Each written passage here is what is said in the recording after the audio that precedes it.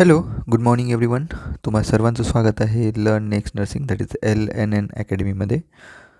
बघा, सगळे नवी मुंबई महानगरपालिकेची जी कोर्ट केस चालू आहे त्याविषयी आतुरतेने वाट बघत असतात की कुठल्या नाही कुठल्या डेटला याचा रिझल्ट येईल. ओके, बट स्टील आज 27 जानेवारीला सुद्धा याची हिअरिंग होती.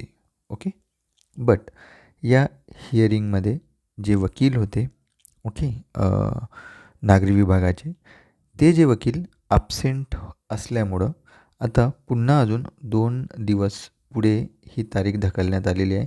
आता नेक्स्ट हिअरिंग 29/1/2026ला आहे. ओके, ठीक आहे. बघू शकता हे सगळं दिलेलं आहे. ओके, आणि याच्यामध्ये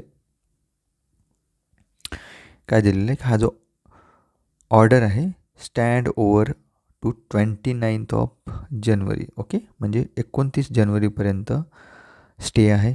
ओके, आणि त्यानंतर जे पुढची जी माहिती आहे ती सांगण्यात येईल. ओके, हे आजच्या दिवसाला जी हिअरिंग झाली होती त्याविषयीचं आहे की जे वकील होते ते वकील ॲब्सेंट असल्यामुळं, काहीतरी एमर्जन्सी असल्यामुळं नवीन जे डेट आहे 2 दिवसानंतरची मिळालेली आहे.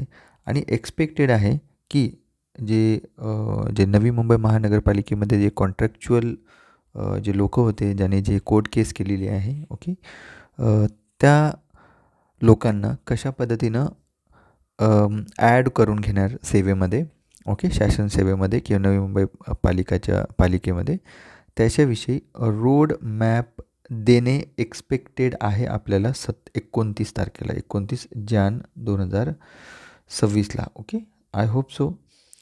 तोपर्यंत अजून 2 दिवस तुम्हाला वाट बघावी लागेल आणि मला असं वाटतं की ह्या दिवसाला आपल्याला काहीतरी मोठी न्यूज बघायला मिळेल. ओके, सगळ्या मुलांचं म्हणणं आहे की ॲटलिस्ट आपल्याला इथे एक, जसं KDMCची आज जशी रिझल्ट आला होता त्याच पद्धतीनं जर एक सामायिक गुणवत्ता यादी जर आपल्याला मिळाली तर आपल्याला एक कुठेतरी एक कन्फर्मेशन होतं की माझा नंबर लागणार की नाही लागणार. कारण 131 जागा होत्या.